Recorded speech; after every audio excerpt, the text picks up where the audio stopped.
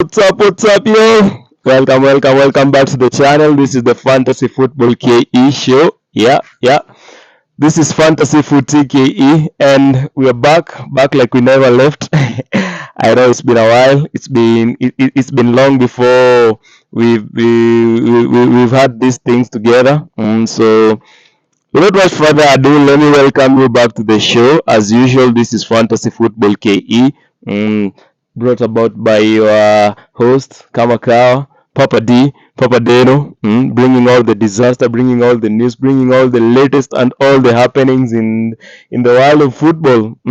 By the way, the fantasy WSL is back in business. Yeah, we're back in business in the WSL. The first game of the year, first game since the Christmas break, first match week of the weekend, match week 12, Pale Ivo, game week 12. Manchester Derby to get us around going before Chelsea and Arsenal do an audition for the next weekend's London Derby affair when they take on Westham United and Crystal Palace. Mini London derbies before the big London derby comes up in the next weekend. And then as well, Liverpool are also taking on Brighton. Liverpool taking on Brighton as they seek to get themselves back rolling in the new season. It has been a rough start to the 24-2025 campaign for Liverpool, and different prospects for the other side, Brighton and Hull Albion, different prospects for the Seagulls. The Seagulls started out 2024-2025 very strong, pulling all the stops, challenging Arsenal and the likes of Manchester United for that top 4 spot. And yeah, so let's see how it goes. There was also Spurs were also in action in the weekend, taking on Leicester City. The Foxes traveling in down to N17. Sorry, N5 is the red side of North London, and N17 is the white side. That is the Tottenham Hotspur side. Anyways, so Spurs taking on Leicester City at White Hart Lane, while Liverpool take on Brighton at the St. Helens Stadium. And last but not the least, we have the Manchester Derby, and as well as the two London derbies, Arsenal taking on Crystal Palace at Meadow Park, aka Pay Mangata, and then as well Chelsea going away at Westham United at the Chigwell Construction Stadium to take on West Ham United. West Ham United welcoming Chelsea at the Chigwell Construction Stadium to drop up the mini London derby. Yeah. Am I missing out anything else? Sorry. And yeah, Aston Villa are also in action, taking on Merseyside side, Everton FC, the blue side of Merseyside. Aston Villa taking on Everton in the mini Midlands versus Merseyside. So, anyways, without much further ado, let me kick it off right there. Yeah. So this weekend, as I've told you, it was the first weekend outing for WSL in the 2025. Remember, WSL had taken a three-week Christmas break. Yeah, 3-week Christmas break. So the girls are back. The fans are back in the stadium. It was a jolly good weekend. It is mid-autumn. It is early autumn, which is basically mid-winter in the UK. Yeah, so yeah, but the weather was fine. It was actually a sunny side. It was a really warm autumn, late winter in the UK. So it was a good day. It was a good day for football. Good day to just get it out there and start it out. Yeah, and without much further ado, and I know I like keep saying that, but yeah, without much further ado, let me take you right into the action. I tell you, it was a dope affair. Anticipated return over the weekend. Manchester Derby. Manchester Derby. It doesn't get any better than that. Manchester Derby. Manchester City taking on Manchester United. Manchester City looking very short. Manchester City looking very short because of their injury woes, having missed out the likes of Alex Greenwood, the likes of Viviana Miedema returned, the likes of Khadija Banishaw, the likes of Lauren Hemp, all of them missing for Manchester City. So it was a very thin Manchester City squad. But yeah, as I've just told you in the aforementioned, and as I've just mentioned to you there, the return of Viviana Miedema, the blockbuster signing for Manchester City over the summer, and also there was also the return of Ella Toone for Manchester United. Yeah, both of them actually returned in their FA Cup kickoff rounds, and of course Miedema scored, and as well as Ella Toone also got herself on the score sheet. So both Manchester sides looking like they really could use the returns of those two absentees, but of course Manchester City, they look like they needed Miedema more and more, because without Khadija Banishaw, without Lauren Hemp, Manchester City have looked a shadow of themselves, because they've conceded left, right, and center. They've struggled to create goals. They've struggled to create opportunities, and of course, they've struggled to finish off those opportunities and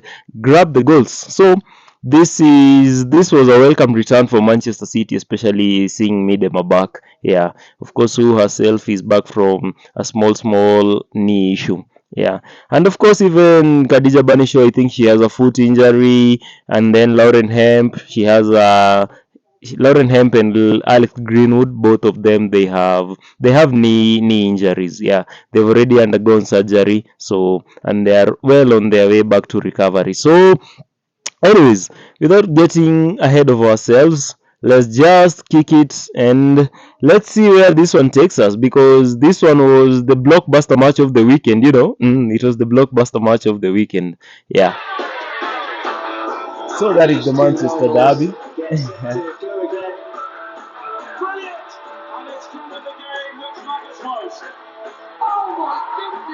Red side versus the blue side of Manchester. Who rules the day? Who rules the city? Who takes over the city? Let's see how this one all goes. Actually, Manchester City, they come into the derby with a very good record, having beaten Manchester United in the 5 previous times. Yeah, and sorry, they've won out of the in their head-to-head record. They've won 4 times, or is it 5 times? Yeah, I'll give you the exact details in a few. But Manchester City very dominant in the derby. Yeah, Manchester United, I think they've won once or twice, and just once in the last 3 campaigns. So Manchester City, despite the injuries and the absentees, they are looking quite good. They are looking quite good headed into the derby. They were looking quite okay, and yeah, let's see how they fare about. Let's see how they fared about. Yeah. So as I was telling you, it was the first return of football in the WSL, since December. So a lot of teams looking very getting to get back into action. Yeah.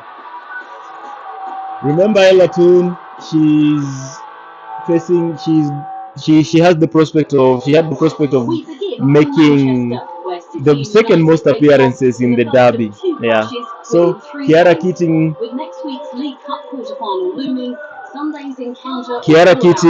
preferred over Yamashita in goal, and then of course the return of Miedema. It's a big thing. It's a big thing.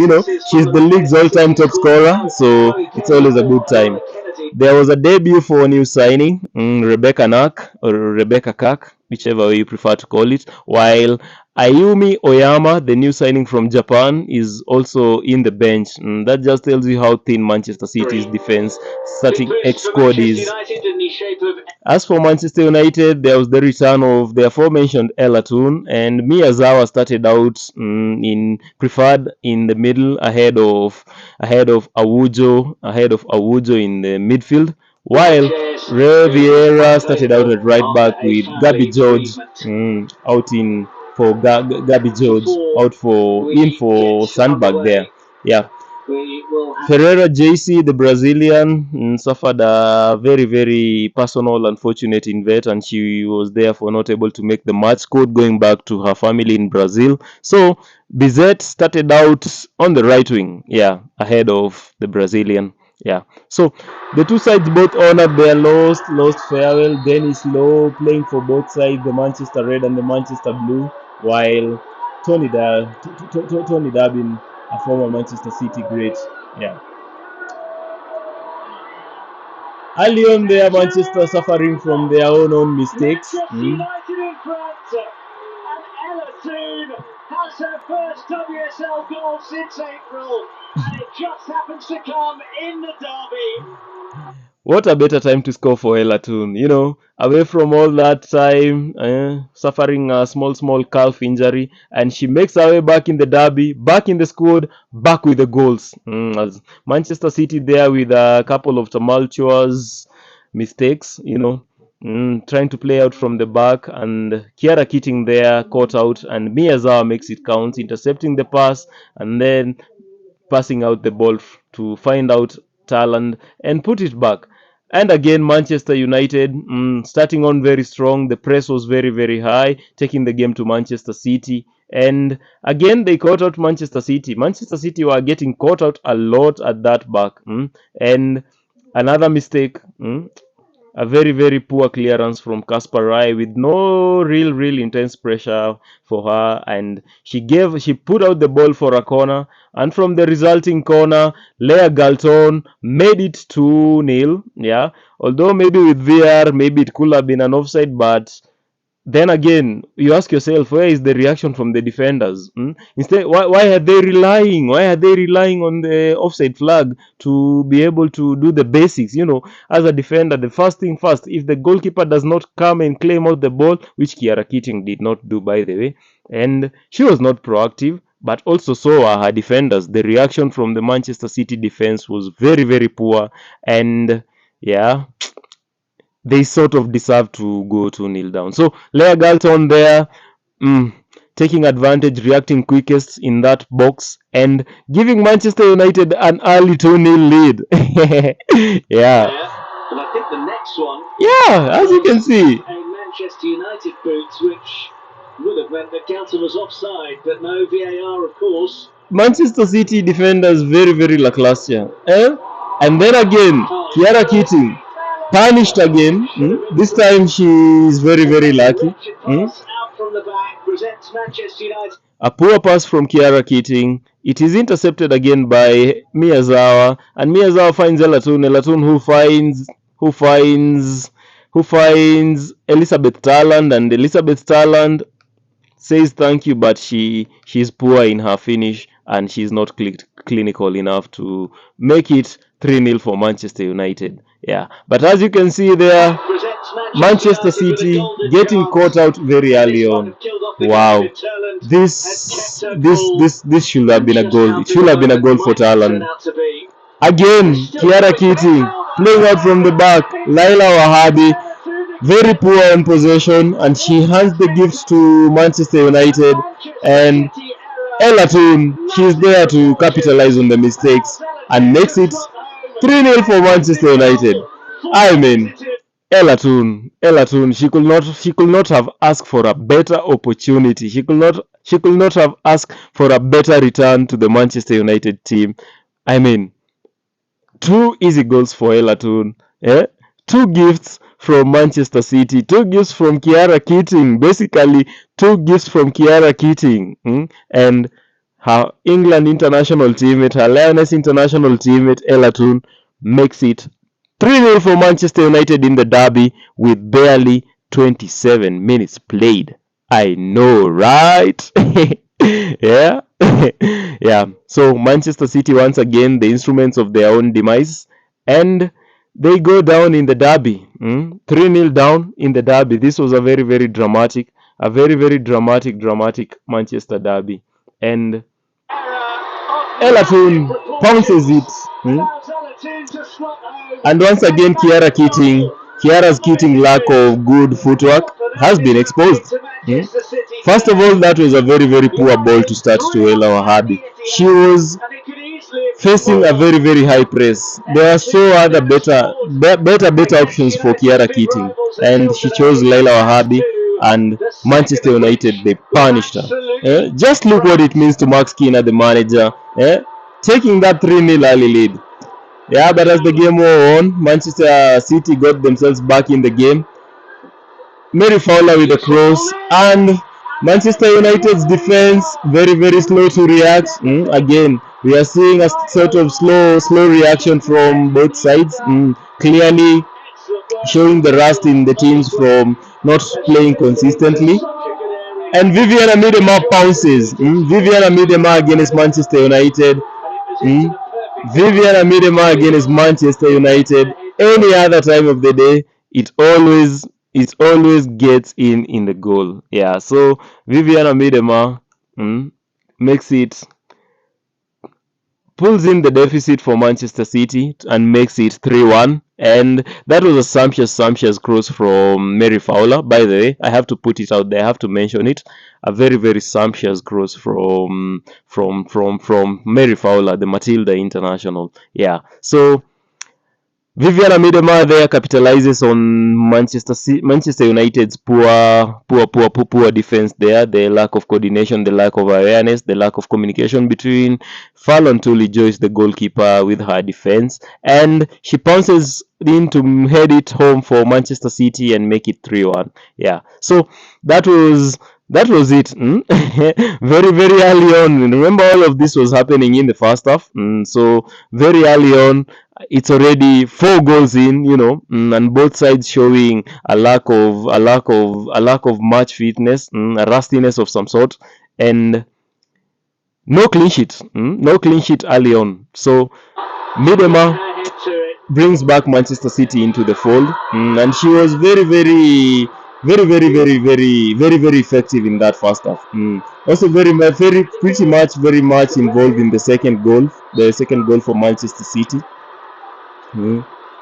Yeah, trying to hold back and come back from the shell shock that Manchester City had just received. Yeah. With a couple of minutes of additional time left. So another set piece for Manchester City, another cross from Mary Fowler, and another poor Manchester United. Manchester United on set piece again, caught out. New signing Rebecca Knack, coming in from Rosengard, coming in from Rosengard, and she scored her first WSL goal on her debut. So Rebecca Knack there, having the deficits for having the arrears for the blue side of Manchester, and to make it 3-2. And then again, the game went out to halftime at 3-2. Yeah, with Manchester United leading Manchester City 3-2 at 3-2 at halftime. Yeah, so as you can see, immediate impact from Manchester City's new signing Rebecca Knack there, getting her debut WSL goal on her debut campaign. Remember, she's coming in with rumors circulating about Alana Kennedy possibly moving on to find other fortunes, probably in another league. Yeah, but we'll give you the details as soon as we get all the info. So Manchester United taking 3-2 lead at halftime, and Manchester City, they resumed again with their high line, and again Kiara Keating caught out again, trying to play out from the back, and it was a hat-trick of mistakes for Kiara Keating, and Ella Toone taking advantage of this, and she scores a hat-trick. She scores a hat-trick for herself. Back in the team, back in the goals, and Her clearance was blocked. Ella Toone there. So much kudos for her, keeping the press. Even if she could not have scored, that press is what really matters. The Manchester United, they were giving City no opportunity on the ball, no opportunity to even rest a little bit. So Manchester United there capitalizing on another Kiara Keating mistake, and again this time Elizabeth Talland once again was there to supply the ball and Ella Toone making no mistake, tapping in into an empty net, and she bags her hat-trick.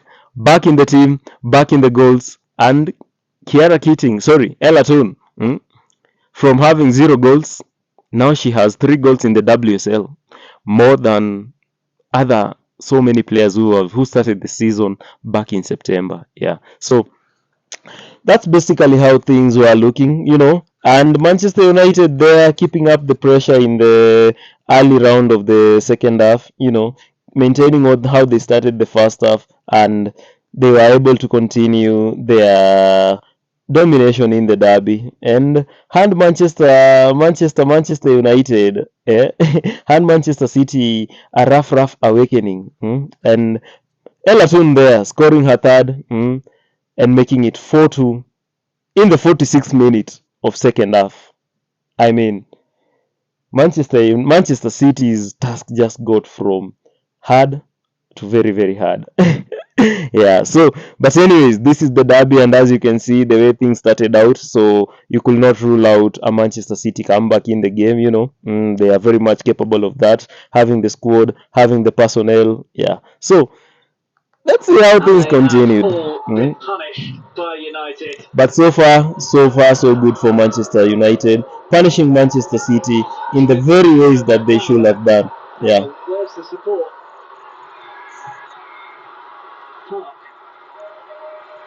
She'll rolls, good feet, good ball, Farrell, what a save! Fallon. Terrific. Fallon Toole is just there with a very, very important save. Very, very, very important save. Getting a palm, getting a few fingertips from Mary Fowler's effort, and to prevent Manchester City from really, really getting back into the match. And after that dominant start by Manchester United, the points were ultimately heading back to the red side of town, and Manchester United won 4-2, courtesy of that Ella Toone hat-trick. A very, very sumptuous hat-trick for Ella Toone. I mean, back in the team, back in the goals, and a proper Manchester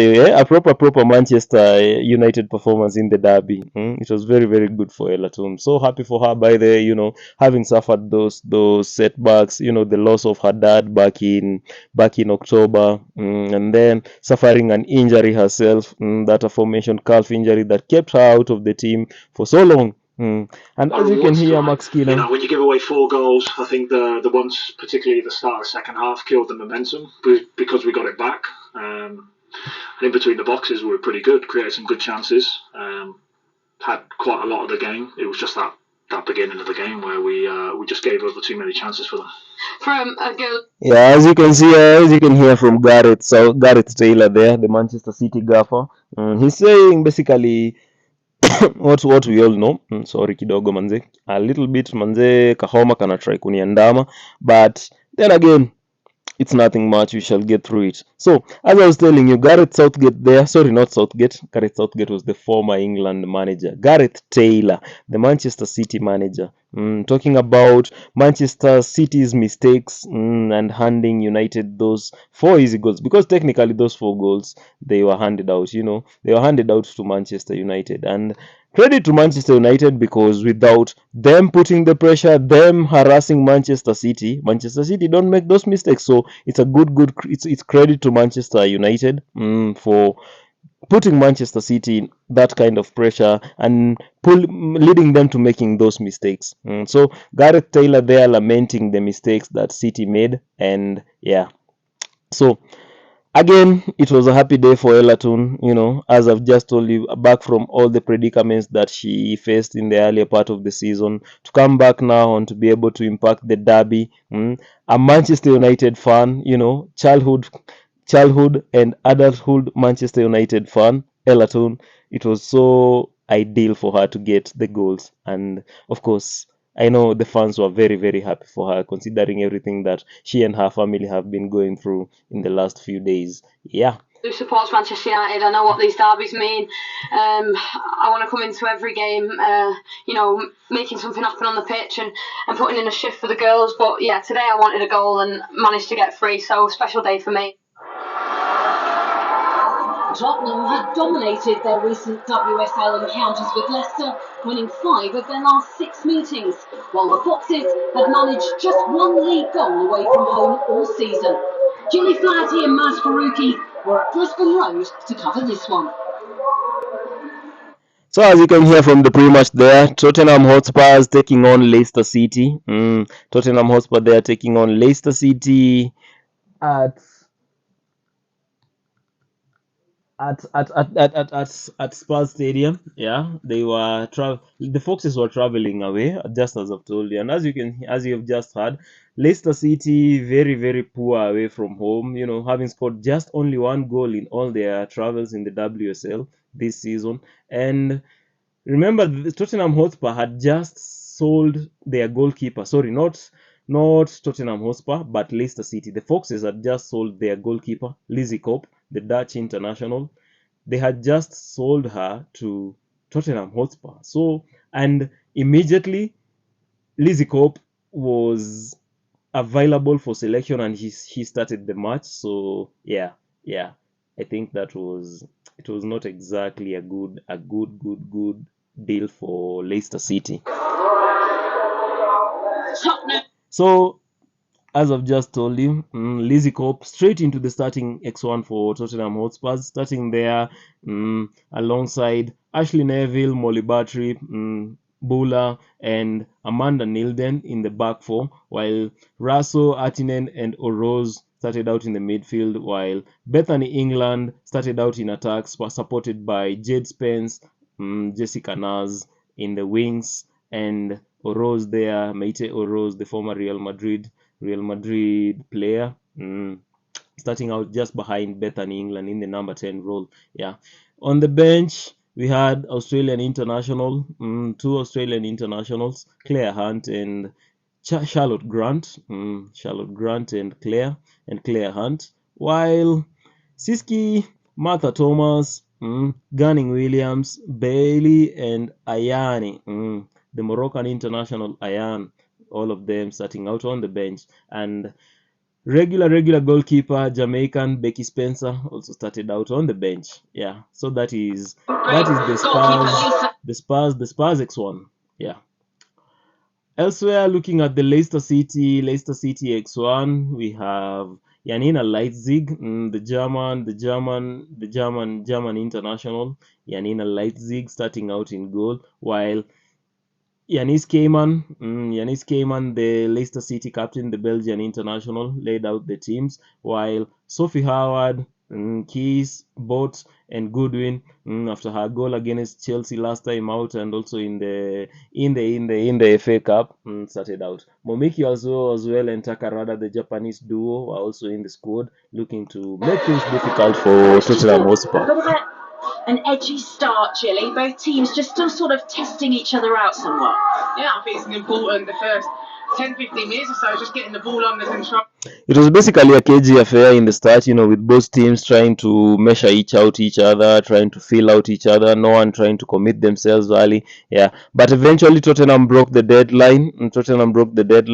In mid first half. Jade Spence there finding Amanda Nilden, and Amanda Nilden's cross was diverted into her own net by Janina Leitzig, the German international goalkeeper, putting the ball back into her own net to divert the Amanda Nilden's cutback. And just like that, Tottenham Hotspur took the lead.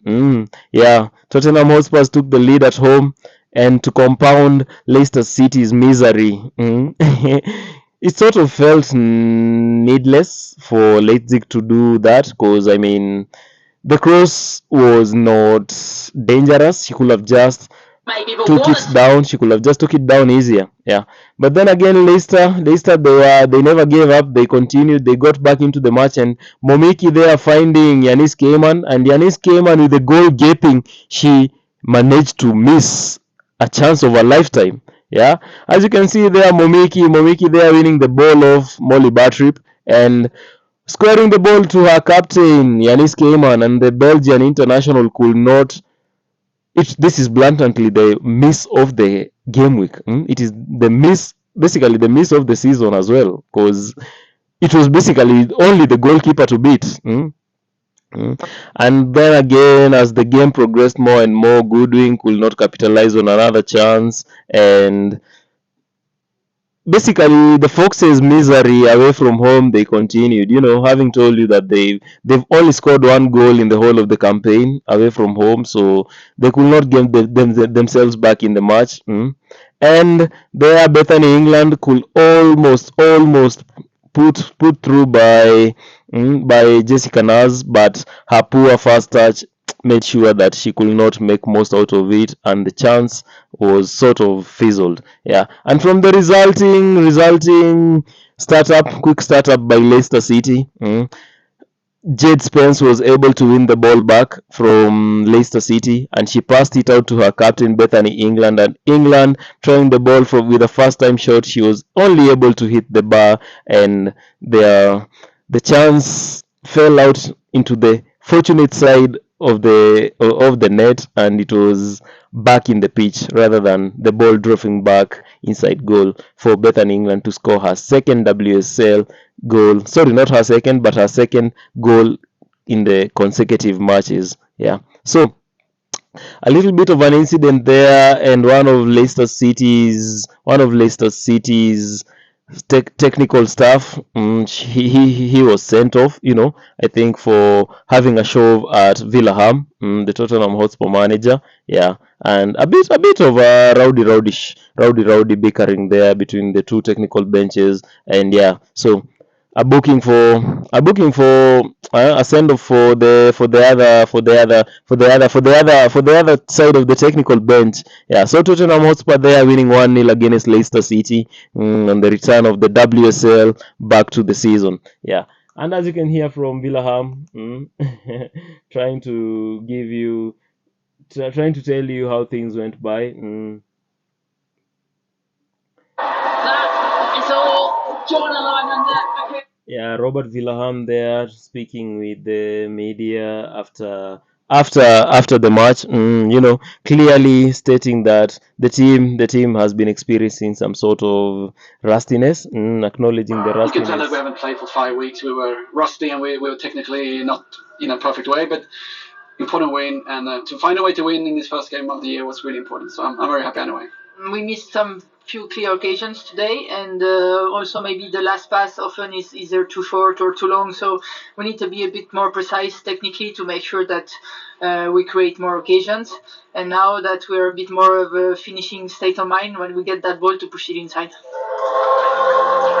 Ahead of their trip to Liverpool, Brighton boasted the fourth highest goal tally in the WSL this season, trailing only the top three teams. Meanwhile, Liverpool ended 2024 on a tough run, suffering 4 consecutive league defeats without scoring. Commentary for this one comes from Jonathan Pearce. So as you can hear, yeah, at the St. Helens Stadium, remember this was the first kickoff of the WSL. This game played out on Friday. Yeah, this game played out on Friday at St. Helens Stadium in St. Helens, Merseyside. Liverpool welcoming high-flying Seagulls. Yeah, Brighton looking to really bounce themselves back, because as you just heard from commentary there, that Liverpool they had a very torrid start to the 24-25 campaign. Having lost the last 4 consecutive matches without even scoring any goal. That was very poor from Matt Beard's side. So Liverpool, they are looking to get themselves back into winning ways, and what a better way to get back than to win in front of your home fans, in front of your home fans, really. And the first game of the new year, it was a really opportunist a good opportunity for Liverpool to right the wrongs of the previous months. So meanwhile, the Seagulls, being only outscored by Arsenal, Chelsea, and Manchester City, they were looking well geared towards getting another round of points. And against a shaky Liverpool side, you could not rule them out. So let's see how things unfolded in Merseyside. I've got a chance here. Brian Paris is waiting for the ball to come back to her. Look at the work rate though from Liverpool. Look at the red shirts back in there. 2, 4, 6, 8. Now the release up to Olivia Smith. There's a straight foot race between her and Bergkamp, and Smith has won it, and Bergkamp was trying to hold her off, and that's a brilliant goal. And Liverpool take the lead. Searing run. There Liverpool taking the lead through Olivia Smith, the Canadian international, the summer signing from Sporting Lisbon, the record transfer signing, if I might add so. Remember she came in for 250k pounds from Sporting Lisbon. The Canadian youngster, powering beyond Bugs Van, beating the defender, and she powered a shot into the far post end of the pitch, far post end of the goal, and give Liverpool a deserved 1-0 lead in Merseyside in front of the home fans. Too quick for Gareth Bergson, who was trying to haul her back. And the shot across Sophie Bagley. That's the first goal of 2025 in the WSL, and it was a worthy one. Just couldn't get to grips with her, the Brighton defender. Indeed, it was a worthy goal. Beautiful, well taken, and just exactly how Liverpool wanted to start the new year. Taking their chances and capitalizing on things. But then again, also never rule out Brighton. Brighton were also looking to get back in the game. And get back in the game, they tried. Just couldn't get to grips with her, the Brighton defender. Getting back in the game, they tried. And who else but their ever reliable new signing, summer signing, Nikita Paris, aka Lil Kits. Nikita Paris, they're working in tandem with Siko Keike. And just like that, Here's Saika. Paris. a very First touch wicked wasn't great. The deflection. shot loops up, and in! Nikita Paris quiet so far. Levels it up here. 1-1.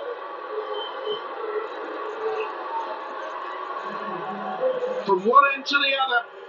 A quick counter. Saika did all the work with the run outside the defender.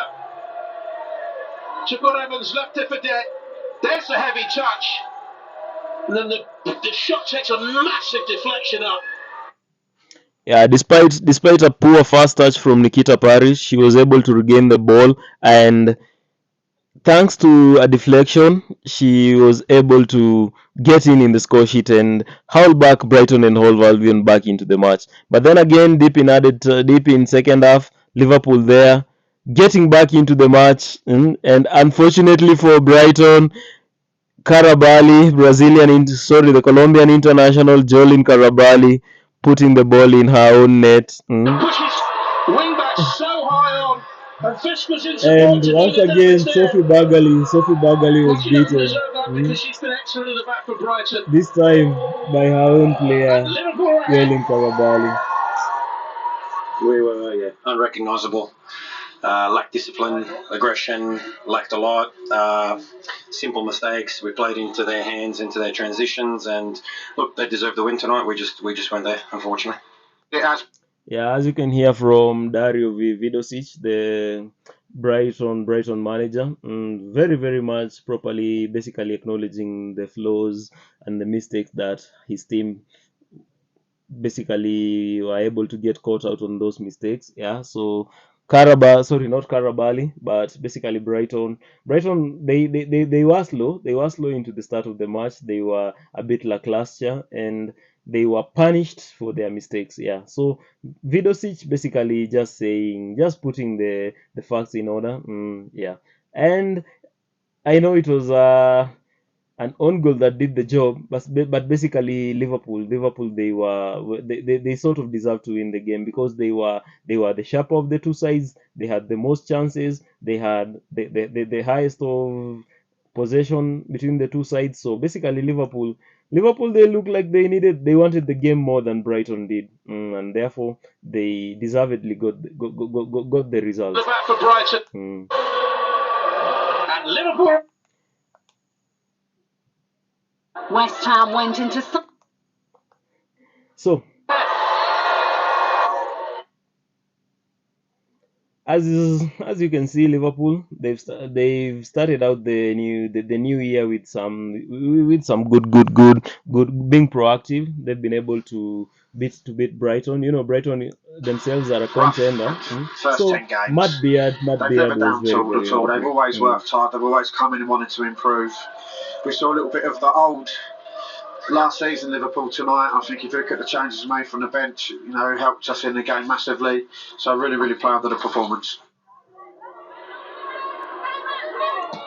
Elsewhere in the London Derby, in the mini London Derby, Chigwell Construction Stadium in East London, West Ham United welcome Chelsea.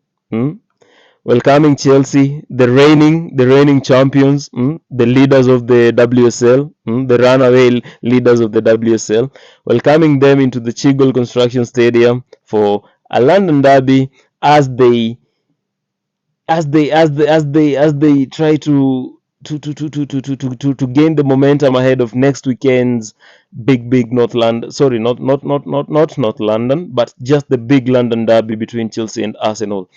So West Ham United versus Chelsea. Chelsea wearing their white away kit, while the claret and blue of West Ham, in their claret and blue. To Sunday's match winless in their last 12 WSL encounters against Chelsea. Their struggles continued as Katerina Macario opened the scoring for the Blues inside the opening 15 minutes. A very well worked out opening goal between Katerina Macario and Cuthbert. Very, very beautiful played, and the goal, it was just well executed. I have to put it out there that Macario is one of the most technical players we have in the WSL. For real. She's a real technically gifted player. And her goal there just shows you exactly the kind of thing that you're talking about. So Chelsea, they're taking the lead early on, courtesy of Katerina Macario. For all of those my fantasy WSL managers, remember Kat Macario is a visionary player. She doesn't have too much ownership, and based on the absentees that Chelsea have, and in as much as Sam Kerr is back in training, and me official maybe as well, but there'll be no rush to rush back Sam Kerr. So Katerina Macario and Aggie Beaver-Jones, they have the opportunities there to continue leading the line for Chelsea. Chelsea were relentless and doubled their advantage in clinical fashion when Kinga Shamrock's misplaced clearance was intercepted by Natalie Bjorn, who teed up Erin Cuthbert. And Erin Cuthbert turns back from provider. Utterly dominant, Sonia von Pastor's side added a third just before the break, courtesy of a brilliant strike from Aggie Beaver-Jones. Aggie Beaver-Jones with a belter. Aggie Beaver-Jones there with a belter to catch out Kinga Schmezik, the West Ham United goalkeeper. And I mean, by the first half, this one already looked like Chelsea were the runaway winners. 3-0 at first half, more or less. The game already put to bed. Aggie Beaver-Jones there with her, I think it's her fourth goal of the campaign, if I'm not wrong, but I'll give you the details later. I'll give you the start leaders and in everything from goals to assists to clean sheets and to everything else at the end of this episode. Chelsea maintained their intensity after the restart, with Niamh Charles capitalising on another poor clearance from the Hammers before picking out Sandy Baltimore. As you can see again, Sandy Baltimore there early in the second half, making it 4-0 for Chelsea, courtesy of Niamh Charles assist. Niamh Charles is back in the team following a very tough time with injury last time out. So Niamh Charles there, back in the team, back in the goals, setting up Sandy Baltimore, and giving Chelsea that deserved 4-0 lead. So this is basically Chelsea flexing their muscles and getting ready for the London Derby in the next week. So that was pretty much it. Because the Blues weren't done there, as with 5 minutes remaining, Cuthbert looked to set up Beaver-Jones, only for the unfortunate Amber Tisiak to turn the ball into her own net. New year.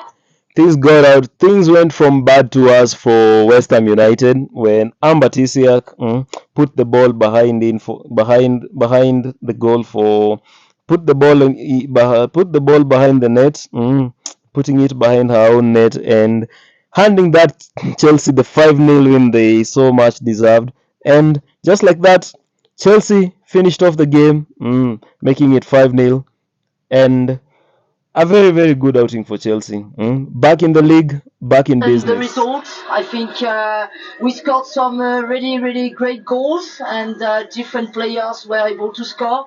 So back to business in the WSL with, again, a great win and a great performance. Yeah, so basically there, as you've heard from Sonia Bompasta, basically just telling you what we all thought about the game. Yeah, back in the WSL, back in business. So Chelsea, a good precursor warm up, for the London derby next week. Yeah, when they take on Arsenal at home at Stamford Bridge. So it was a very, very good outing for them. Yeah.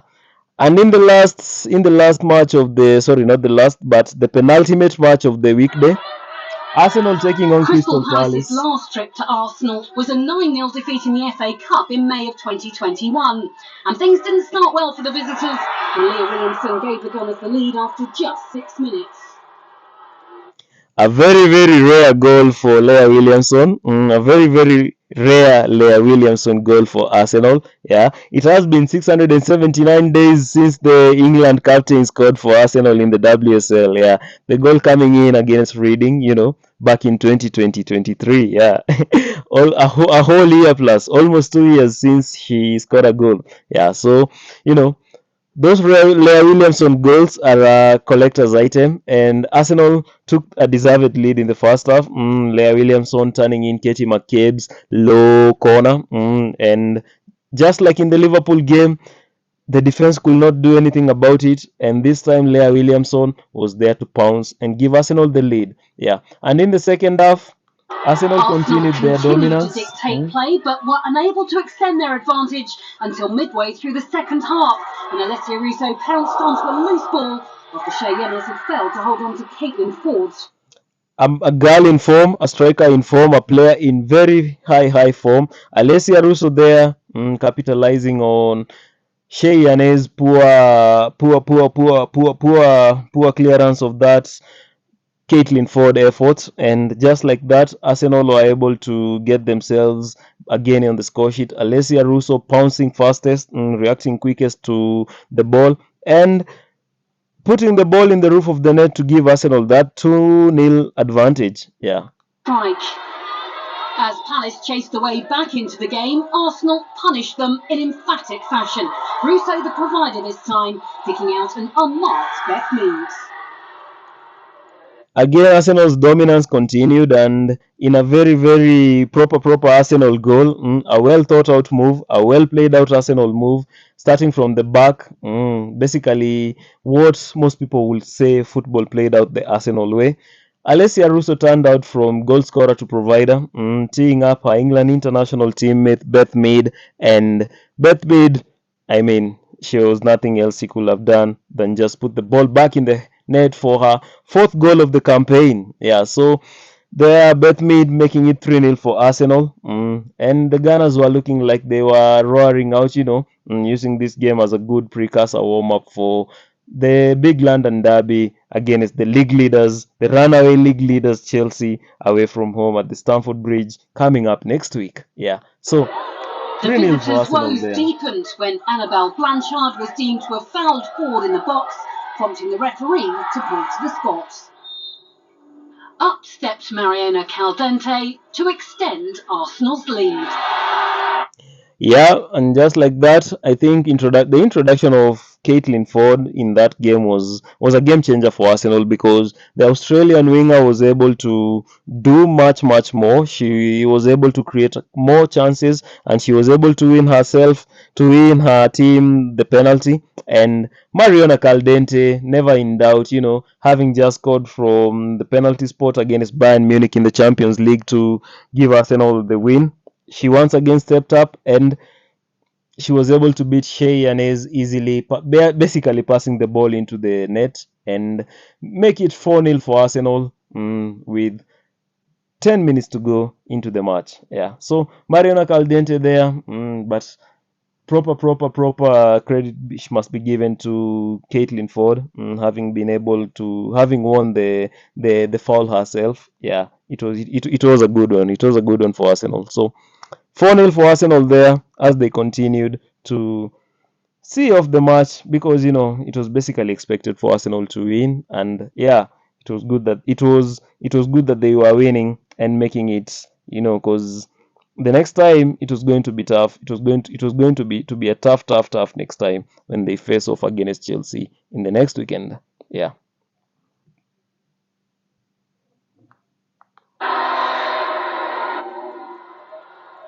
The Gunners weren't done yet, as Caldente struck again in stoppage time with her second and Arsenal's fifth.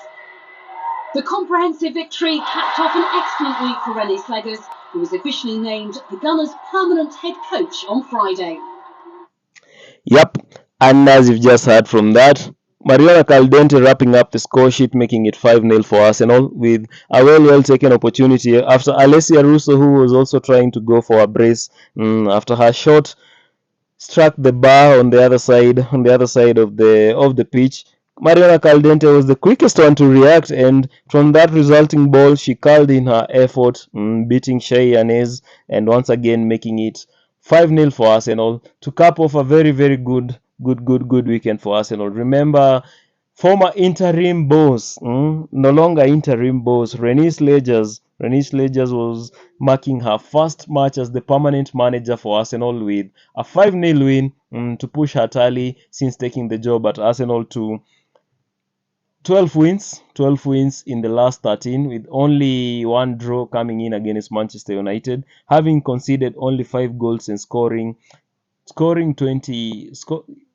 think this was the 36th goal. Yeah, scoring 36 goals in the process, an average of almost 3 per game for Renée Sledgers. Yeah, what a good way to start your managerial role as the permanent manager for Arsenal. Yeah, so it was a good win for Arsenal, and as I've just been telling you around, it was a good warm up for next weekend's blockbuster clash, top of the table clash between runaway league leaders Chelsea and Arsenal at the Stamford Bridge. Yeah, here's what Renée Sledgers had to say. It's been a month without games for us, and going straight into a competitive game in the WSL, that was a big task. So I'm happy with the result, obviously, very important result. I'm happy with the clean sheet. You can see the first half we needed to get back into the rhythm again, find our connections, find the pace of our game and our positioning, but I think in the second half we look more like ourselves.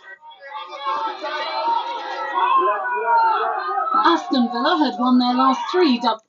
Yep, and finally the last match of the weekend, Villans there traveling into Merseyside to take on Everton. Aston Villa versus Everton in Merseyside. So at the Walton Hall Park, that is where Everton play their games. So Aston Villa there looking to make a good start to the 2025 calendar year after a very, very miserable 2024 year, whereby they barely managed to hold on to their WSL League's credentials and remain back in the league. Yeah. So Aston Villa looking to start 2025 better than they started out the previous calendar year, and they looked like they had just started that, taking the lead through Daly. They dominated the first half on Saturday, taking the lead just after the half-hour mark through Rachel Daly's well-timed header.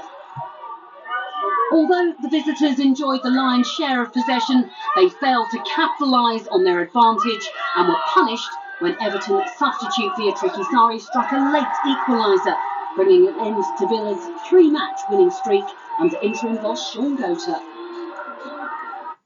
Yep, as you've just heard, Aston Villa there, despite being dominant, despite being the better side in the first half, and having taken the lead early on in that first half, they could not be able to capitalize on it, and they were pegged back late in the second half, conceding a very, very late equalizer, and just like that, Villa, they were pegged back and they were cut back on their winning ways, drawing their first match of the year to share the spoils with the Toffees 1-1 at Walton Hall Park. Yeah. So I'm certainly pleased for us to have some really good stuff we played. Few opportunities. Perhaps sometimes not taking the right decision because we could have capitalised in those situations. But again, we'll take the point on the road. Some good performances, yeah. Confirmation of the weekend's results from the Barclays Women. So as you can see, a good summary. Let me give you a good summary of the match week results from game week 11 in the WSL. On Friday, Liverpool beat Brighton and Hove Albion, winning 2-1, courtesy of goals from Olivia Smith and an own goal from Yolin Carabali. Although Nikita Paris did try pull one back for the Seagulls. Yep. And then on Saturday, Everton and Aston Villa played out to a 1-1 draw at Walton Hall Park in Merseyside. Rachel Daly giving Aston Villa the lead early on in the first half, but Hatrick Sarri, the substitute, grabbed the consolation, sorry, not a consolation, but the equalizer for Everton to grab the point for the Toffees. Yeah. And then on Sunday, we had 4 matches. Tottenham Hotspurs kicking it off earlier against Leicester City at home, beating them 1-0 courtesy of Janina Leitzig on goal, the goal assisted by Amanda Nilden. Arsenal ran out 5-0 winners against Crystal Palace, with Leah Williamson getting in on the score sheet for the first time since 2023. And then Mariona Caldente getting a brace, as well as Alessia Russo scoring in her 6th consecutive WSL game, a first time in her career, and becoming only the 4th Arsenal player to ever do it, to get scoring 6 consecutive goals. Yeah. And then the last one was scored in by Beth Mead, back in the team, back in the score sheet. Yeah. Elsewhere in East London, West Ham United were trounced 5-0 by Chelsea, with Aggie Beaver Jones getting in on the score sheet, Katarina Macario, Erin Cuthbert scoring a goal herself, Amber Tisiak scoring an own goal, and Sandy Baltimore making it 5-0 for Chelsea to put them at to maintain the unbeaten start to the league campaign. Remember, Chelsea have only dropped points one time, drawing 1-1 in the shock draw against Leicester City on the last game of the 2024 calendar year. Yeah. Meanwhile, in the Manchester derby, the blockbuster match, the peak of the weekend, Manchester United ran out 4-2 winners against Manchester City, with Ella Toone getting back in the team, returning from injury to score a hat-trick, her first career hat-trick in the derby, her first goals in the Manchester derby. She had never scored in the derby. So Ella Toone, her first goals in the derby came out in that hat-trick. I'll also Leah Galton added the other one. Yeah, Vivian Amidema and new signing Rebecca Knack pulled arrears for Manchester City, but they could not be able to complete the comeback. So Manchester United winning 4-2 away from home at the Etihad Stadium to take the bragging rights in the Manchester Derby early round. Yeah. So that is how basically things happened in the WSL, and with that loss to Manchester United in the derby, Manchester City dropped to 4th, with Manchester United and Arsenal both climbing into second and third respectively, with Arsenal having the better goal difference against Manchester. Otherwise, they are all tied for points. Yeah. Chelsea, meanwhile, continue to lead the table, having won 10 games from their opening 11, with the one draw against Leicester City being the only blot in their perfect start to the campaign. Yeah, they have a goal difference of plus 30. Have a goal difference of plus 30 with 31 points, while Arsenal and Manchester United coming in second with 24 points, with Arsenal getting the better of Manchester United in the goal difference, plus 20, while Manchester United have a plus 15. But otherwise, the two sides are tied in points. Yeah. Manchester City are 4th with 22 points. Remember, having fallen to Manchester United, they dropped the points.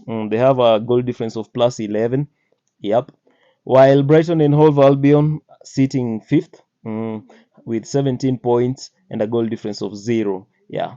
Spurs are 6th with 14 points after that win against Leicester City, with a goal difference of -7. They are actually tied in the same goal difference as Liverpool, but they just have an advantage over the Merseyside, with who are 7th in with 12 points. Yeah. Meanwhile, Aston Villa are 8th, tied with 10 points, same as Everton, with Everton having a poor goal difference of -10 compared to Aston Villa's -6. West Ham United are 10th with 8 points, with a goal difference of -12, while Leicester City are looking at facing relegation with 6 points, having won only one game and drawing 3. Yeah, so they have 6 points and a goal difference of -11. At the bottom of the table is Crystal Palace with 5 points and a goal difference of -23. Yeah, so for Kaminsky's side, they have to get their affairs in order and try to get back into winning ways ASAP, because with only one win, this is not going to be a very, very good season for them. Yeah, they have to get more. They have to get more from this season. Otherwise, they're going to drop back straight into relegation. Yeah. So that is basically how things are looking at in the WSL. That is how the table looks like. Remember, in the earlier part of the show, I told you I was going to give you the stats leaders in terms of players leading in the various accolades. Yeah, in terms of the goals, Khadija Bani Show continues to lead the charts despite not being available to play this weekend. She has 9 goals. Alessia Russo, after scoring in her 6th consecutive WSL game, she has now 7 goals, 2 shots shy of Khadija Bani Show. In the third spot is Guro Wrighton with 6 goals. And Aggie Beaver Jones, after scoring against West Ham United, she now has 5 goals. So she gets in the top 5 of the charts, tying in with Kiko Seike. Yeah. In terms of the assists, we have Lauren Hemp still maintaining five more assists, despite being not available. Celine Bizet is now tied with Katie McCabe after the Ireland international teed up Leah Williamson for Arsenal's opener. So she gets into 4 assists, tied in with Celine Bizet, just 1 shot shy of Lauren Hemp. Elizabeth Tarland, after getting a hat-trick of assists against Manchester City in the derby, she's tied with Kirsty Hanson, Mary Fowler, Vivian Asay to go joint third in the tallies. Yeah, Alessia Russo, after setting up Beth Mead, gets her 2nd assist of the season, so she wraps up the standings. In terms of the G&A, you still have Khadija Bani Show. He has the most goals contribution with 10, 9 goals and 1 assist.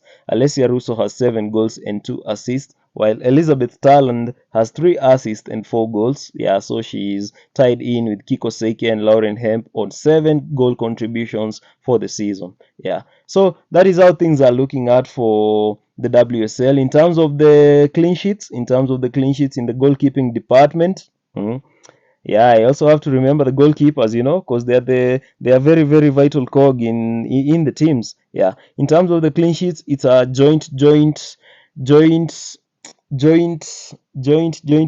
It's a joint there with Fallon Tullis, Joyce, Daphne Van Domsler, Hannah Hampton. All of them, they have 7 clean sheets. Yeah, joint top there for the 3 goalkeepers, and just Daphne Van Domsler edges out her compatriots with having conceded the fewest goals with only 3 conceded. Fallon Tullis Joyce comes second with 5 goals conceded, and Hannah Hampton with 6 goals conceded. But essentially, those 3 goalkeepers, they have the same amount of clean sheets. Yeah. Then in terms of the overall clean sheets of the teams, yeah, Arsenal lead there with 8 clean sheets. Remember, Manu Zinsberger has 1 clean sheet, so Arsenal lead with 8 clean sheets, while Chelsea and Manchester City coming in second with 7 clean sheets apiece. Yeah, so it's a straight battle for the top 3 sides. It's a very, very straight battle for them. Yeah. So, without much further ado, I would like to leave you short. The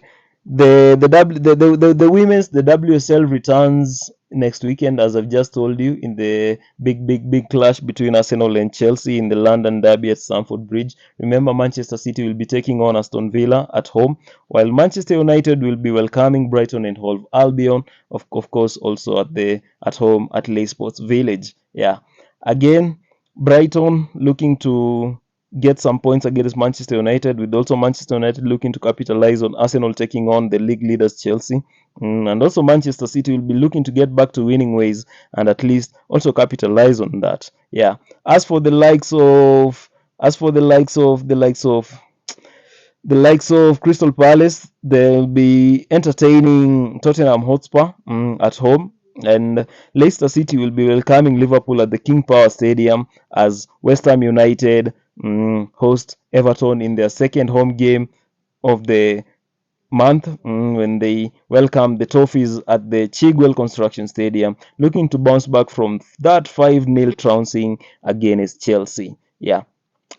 So that is how things are looking at for the WSL. Remember, in the midweek we'll be having the League Cup quarterfinals, Arsenal taking on Brighton, and then another Manchester derby as Manchester United hosts Manchester City at the LSV. I don't know if it will be played at the LSV or at Old Trafford. I'm not sure of how the fixture management is about that one, but I'll give you the details as soon as we have them. Yeah. So in the League Cup, aka the Subway Conti Cup, Subway Cup, not the Subway Conti Cup. Conti Cup, Conti is no longer Conti Cup; it's the Subway Cup because the former sponsors, Continental Tires, have been replaced by Subway, the big food chain, the multinational food chain. Yeah. So Arsenal versus Brighton, Chelsea versus Durham, and Manchester derby, Manchester United hosting Manchester City this time. Yeah, those are just some of the games that will be played out in the quarterfinals of the Subway Cup, aka Conti Cup. Yeah, so that is all we had for you at this time, and it was a good return for the WSL, a good return for if you're a Manchester United fan. It was a very good outing for you. If you're an exact Toone fan, it was a very good outing for you people. Yeah, good weekend for Chelsea and Arsenal getting big wins ahead of their clash next weekend, and of course a very bad day in office for Manchester City and the likes of West Ham and Crystal Palace. Yeah, Spurs will be looking to take on Crystal Palace next weekend, and they'll be looking to continue their winning ways and a good start to the campaign. Meanwhile, Villa will be traveling to Manchester City, while Everton will be traveling to London to take on West Ham United in the Seagulls Construction Stadium. Anyways, that's all we had for you this time, and we wish you guys a very splendid week. Hope you guys have had a fantastic weekend. Hope you guys have been blessed, and it is a good day to see you once again. It is a good day to have you back again with us. We had missed you. I know we had taken an extended Christmas break, New Year's break, but we are back. Let the word be put out there. Fantasy Footy KE, we're back. Yeah. Also, we'll be giving you another episode when we talk about the men's game as we return to the Champions League. This week is a week of Champions League. Yeah, so we'll be giving you all the highlights and all the expectations, all the things that you need to know. Yeah, and also we'll also drop you an episode about the FPL and what to do with your teams.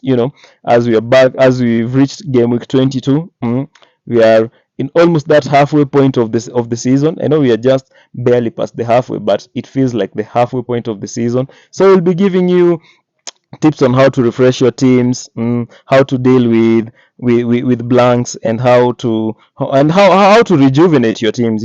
Most of you have been having a Manchester City kind of season. We want to get you back into terms. We want to get you back into to give you that Nottingham Forest vibe, that Liverpool vibe. Yeah. So be sure to keep up with the channel. Be sure to keep up with the pod. A lot is coming. It is a new year. We have a lot in store for you, and just make sure to stay connected.